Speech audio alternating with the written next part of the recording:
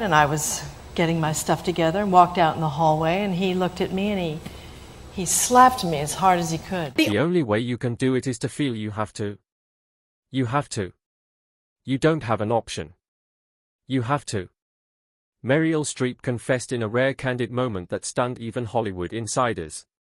Now at 76, the three-time Oscar winner has finally named the 6 actors she absolutely couldn't stand, labeling one a master manipulator and another beyond unbearable. In an industry plagued by politeness, Streep's brutal honesty is a seismic shockwave. Let's see who they are. Kevin Kline. The creative clash between Meryl Streep and Kevin Kline during the making of Sophie's Choice remains one of Hollywood's most carefully veiled conflicts on screen. Their performances, especially the complex dynamic between Sophie Zawistowski and Nathan Landau, felt fluid, deeply felt, and emotionally intimate. Audiences and critics alike were captivated by their chemistry, never suspecting the quiet dissonance behind the scenes. When director Alan J. Pakula cast both actors in his emotionally devastating Holocaust drama, he believed that their shared foundation in classical theater would lead to a natural creative bond. Both were respected stage performers, Streep a powerhouse of Yale drama discipline, and Kline eluded Shakespearean with a flair for spontaneity. Pakula imagined their shared pedigree would enrich the film's emotional texture. Instead, rehearsals quickly revealed a philosophical rift between two very different types of performer. Streep, known for her methodical and immersive preparation, approached the character of Sophie with forensic detail. She studied Holocaust survivor testimonies, Polish and German dialects, and trauma psychology with scholarly rigor. To inhabit Sophie, a Polish Catholic woman with a harrowing past, Streep believed she needed to construct the character from the ground up. Every movement, glance, and vocal inflection had to reflect the truth of someone who had survived Auschwitz. As production designer George Jenkins later put it, "I constructed Sophie from the ground up." Every accent variation and physical gesture emerged from months of historical research. Kline, by contrast, entered the role of Nathan with far less formal preparation, preferring to discover the character's emotional volatility and charisma through instinct and improvisation. He believed in staying loose, responding to energy in the moment. In rehearsal, Kline would often stray from the script, hoping to unlock fresh emotional beats, while Streep to hit precise emotional marks tied to a character she had already mapped out in her head and body. Their conflicting methods made rehearsals tense, not overtly hostile, but filled with an undercurrent of mutual discomfort. The tipping point came when Kline reportedly criticized Streep's intensive accent work, suggesting that her linguistic fidelity risked overshadowing emotional authenticity. He is said to have asked during rehearsal, "Are you sure the audience is going to care more about your Polish vowel sounds than what she's feeling?" To Streep, this was more than a comment about technique. It felt like a fundamental misunderstanding of the importance of cultural and historical specificity. For her, Sophie's voice was a part of her pain, her displacement, and her identity. Kline's dismissal struck a nerve. Though they never argued publicly, insiders say that their on-set relationship became increasingly restrained. Director Pakula often had to navigate their creative divide, staging scenes in ways that allowed both actors to retain their personal process without direct conflict. The result, ironically, was often electric. The tension between Sophie's fragility and Nathan's volatility felt authentic because it mirrored the performer's own sense of dissonance. But the true fracture in their relationship came not during filming, but afterward when Kline described Streep's process as academic in a press interview. Though likely not intended as an insult, the implication that her meticulousness might hinder spontaneity stayed with Streep. To a performer who had poured months into capturing the essence of a Holocaust survivor, this wasn't merely a critique of acting. It was a devaluation of the emotional integrity that such preparation demanded. While the film earned widespread acclaim, Sophie's Choice became one of the most respected dramas of the decade, and Streep's Oscar-winning performance is still considered one of the greatest in cinema. The rift between the two leads never healed. In subsequent industry appearances and award shows, Streep maintained a cool, polite distance from Kline. They have never worked together again. Jeremy Irons. The creative antagonism between Meryl Streep and Jeremy Irons stands as one of cinema's most cerebral and quietly intense conflicts. Less a matter of open hostility than of deep philosophical incompatibility between two towering figures of the dramatic arts of the dramat. Both actors emerged from elite theatrical training. Respected not only for their range but for the intellectual weight they brought to their performances. On paper, their collaboration promised artistic fireworks. In practice, however, it revealed the profound and often unbridgeable chasm that can exist between different conceptions of what it means to truly embody a character. Their tension first surfaced during the early stages of a high-stakes period drama in which both actors were cast in roles requiring deep emotional symbiosis. Producers hoped that their shared classical backgrounds, Streep time at Yale and Irons's at Bristol Old Vic, would foster a mutual language and artistic shorthand. But rehearsals quickly proved otherwise. The very thing meant to unite them. Their training had led them in diametrically opposed directions. Jeremy Irons, long admired for his vocal command and physical restraint, viewed performance as an act of refinement. To him, character was something to be shaped like a sculpture, beautiful, composed, and tightly controlled. His focus on external craft, voice, posture, diction was driven by a belief that drama lies in suggestion rather than overt expression. Jeremy treats characters like beautiful objects to be polished and displayed, noted dialect coach Tim Monick, who had worked with both actors. There's grace in his restraint, but also a distance. Streep, by contrast, approached acting as an act of empathy. For her, character was not an object to be shaped, but a person to be uncovered, layer by emotional layer. She immersed herself in research, drawing on historical context, personal memory, psychology, and lived behavior. Each accent, gesture, and facial movement was chosen not to impress, but to reflect truth. She approached characters like archaeological sites full of buried pain and fragile complexity requiring excavation, not adornment. Their few joint scenes became quiet battlegrounds between these ideologies. Irons's composed, often aloof delivery clashed with Streep's emotionally grounded naturalism. In rehearsals, when she sought emotional spontaneity, he responded with polished detachment. When she pushed for moments of unguarded intimacy, he defaulted to stylized withdrawal. For Irons, Streep's approach could appear indulgent, an attempt to drag scenes into emotional territory that he felt compromised dramatic integrity.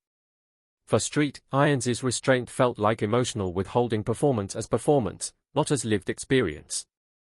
Their antagonism deepened when Irons allegedly criticized Streep's accent work, suggesting that her meticulous linguistic detail often felt like showmanship rather than storytelling. Jack Nicholson. The professional antipathy between Meryl Streep and Jack Nicholson represents one of the more quietly enduring divides in modern cinematic history. A clash not born of scandal or personal betrayal, but of fundamental artistic incompatibility. While both are widely regarded as acting titans, their respective philosophies on the craft of performance could not be more different. As a result, any attempt at collaboration between them during the height of their careers was quickly abandoned, replaced instead by a professional Cold War marked by veiled contempt and long-standing avoidance. When early discussions surfaced in the late 1970s and throughout the 1980s about pairing Streep and Nicholson in various high-profile dramas, projects that demanded heavyweight performances, the initial enthusiasm from studios often fizzled once the two actors engaged in preliminary meetings. According to insiders, those meetings exposed a philosophical divide too wide to bridge. Streep, who has long been revered for her rigorous research-based preparation, approached acting as a kind of moral responsibility.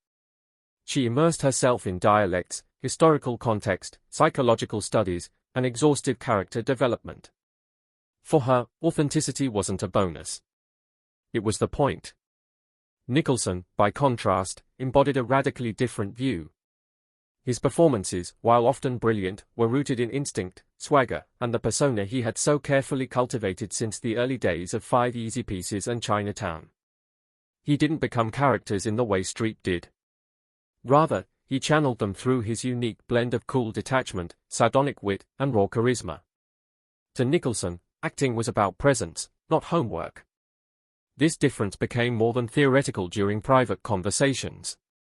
Juliet Taylor, a veteran casting director who worked closely with both actors on separate projects, once remarked, "Jack represents everything Meryl considers wrong with modern movie stardom. He's more interested in being Jack Nicholson than disappearing into characters, which violates her fundamental understanding of what serious acting should accomplish." For Streep, who viewed each role as a responsibility to tell someone else's truth, Nicholson's approach felt cavalier, like a betrayal of the very principles she believed defined great acting. The simmering tension occasionally surfaced in public, albeit behind the mask of professional civility. At industry events, their interactions were limited to polite nods or forced compliments. Observers noted an unmistakable chill in their body language. Two giants occupying the same space but speaking completely different artistic languages.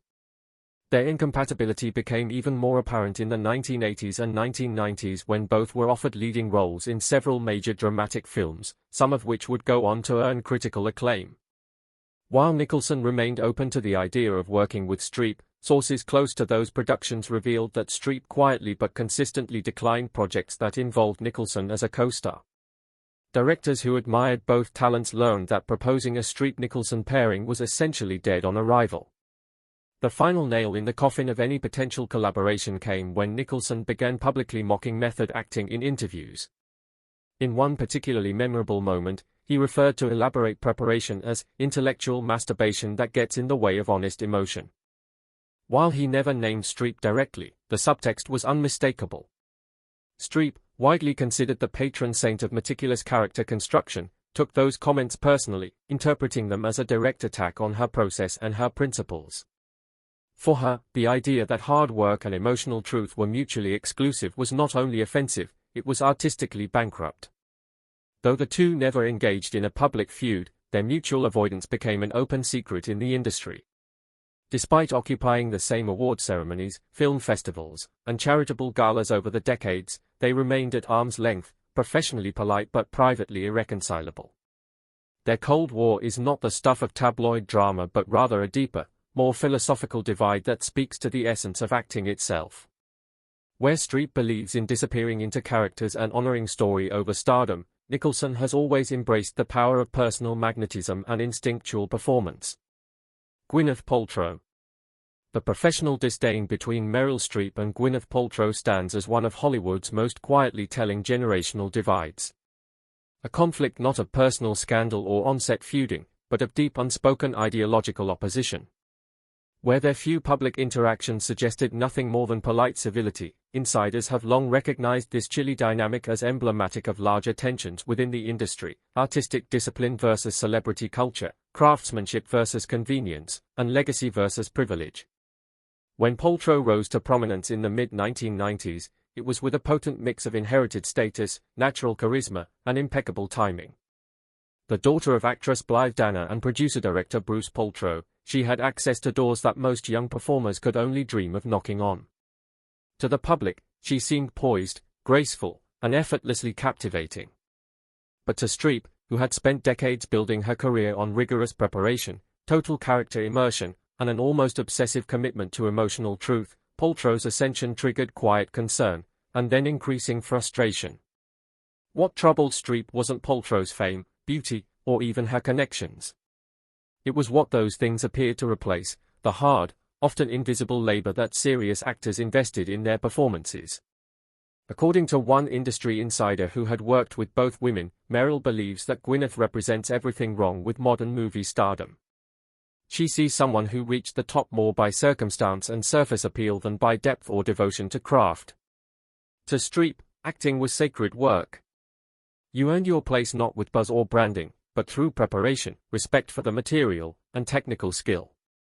That divide became particularly pronounced during awards season in 1999 when Paltrow won the Best Actress Oscar for Shakespeare in Love, a performance that many in the industry found charming but slight.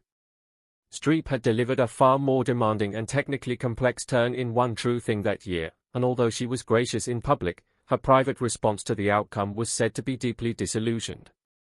Friends of the actress recall her referring to the Oscar race that year as a marketing contest dressed as an honor.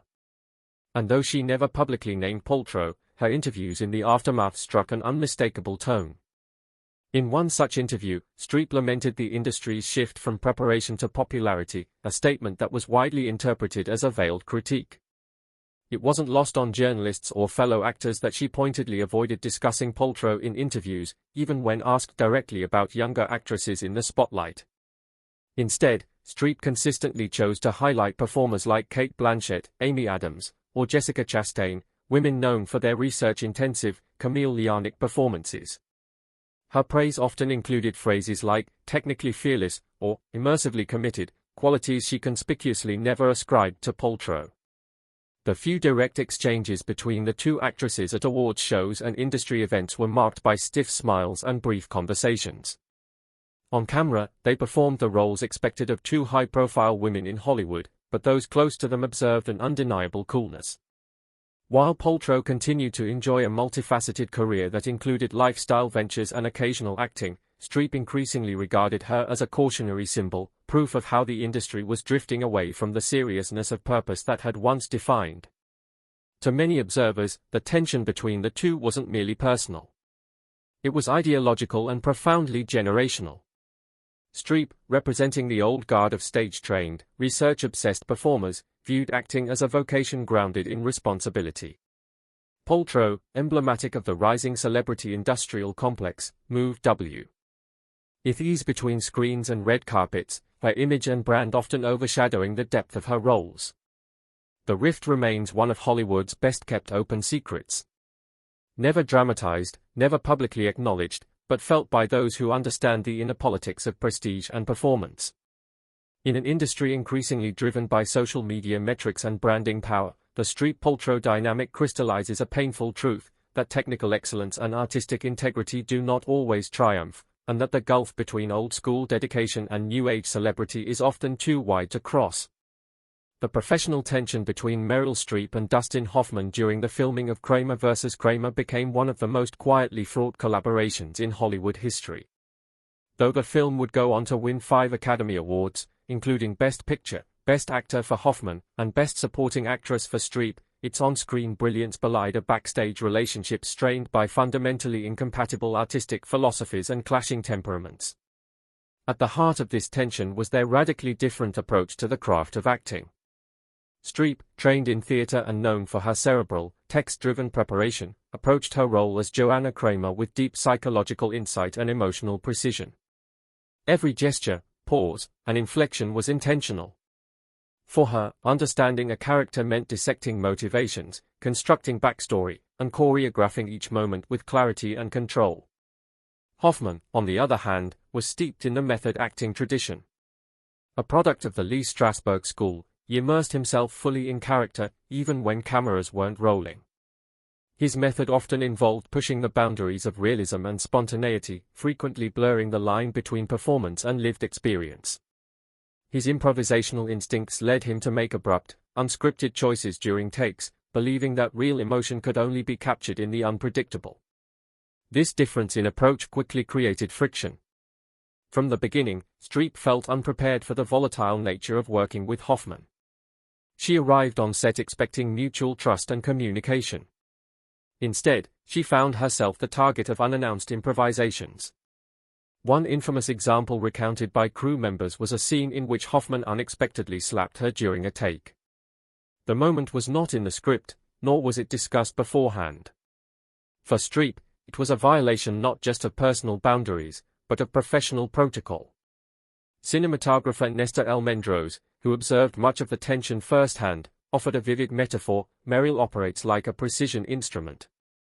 Every gesture and vocal choice serves a specific purpose, while Dustin treats scenes like jazz improvisation that could go anywhere. Their opposing temperaments made cooperation difficult, even as the results on screen proved magnetic. Director Robert Benton often found himself caught in the middle, forced to referee disagreements between his two leads. While Benton praised both actors for their performances, he acknowledged that much of the film's emotional truth came not just from acting, but from actual emotional strain. The divorce drama between Joanna and Ted Kramer felt so real because in many ways it was real. The power struggles, the resentment, the miscommunication, they all existed both in front of and behind the camera. Lines like, "You just married the wrong person, that's all," and "I tried," weren't just scripted dialogue. They echoed the real disconnection between two artists working side by side, but never truly with each other. Despite their artistic success, the experience left lasting scars. Streep would later describe the collaboration as professionally productive but personally intolerable, noting that while the role of Joanna was important to her growth as an actress, the process of making the film was deeply uncomfortable. She never worked with Hoffman again, and in interviews she's spoken carefully, sometimes guardedly, about that chapter of her career.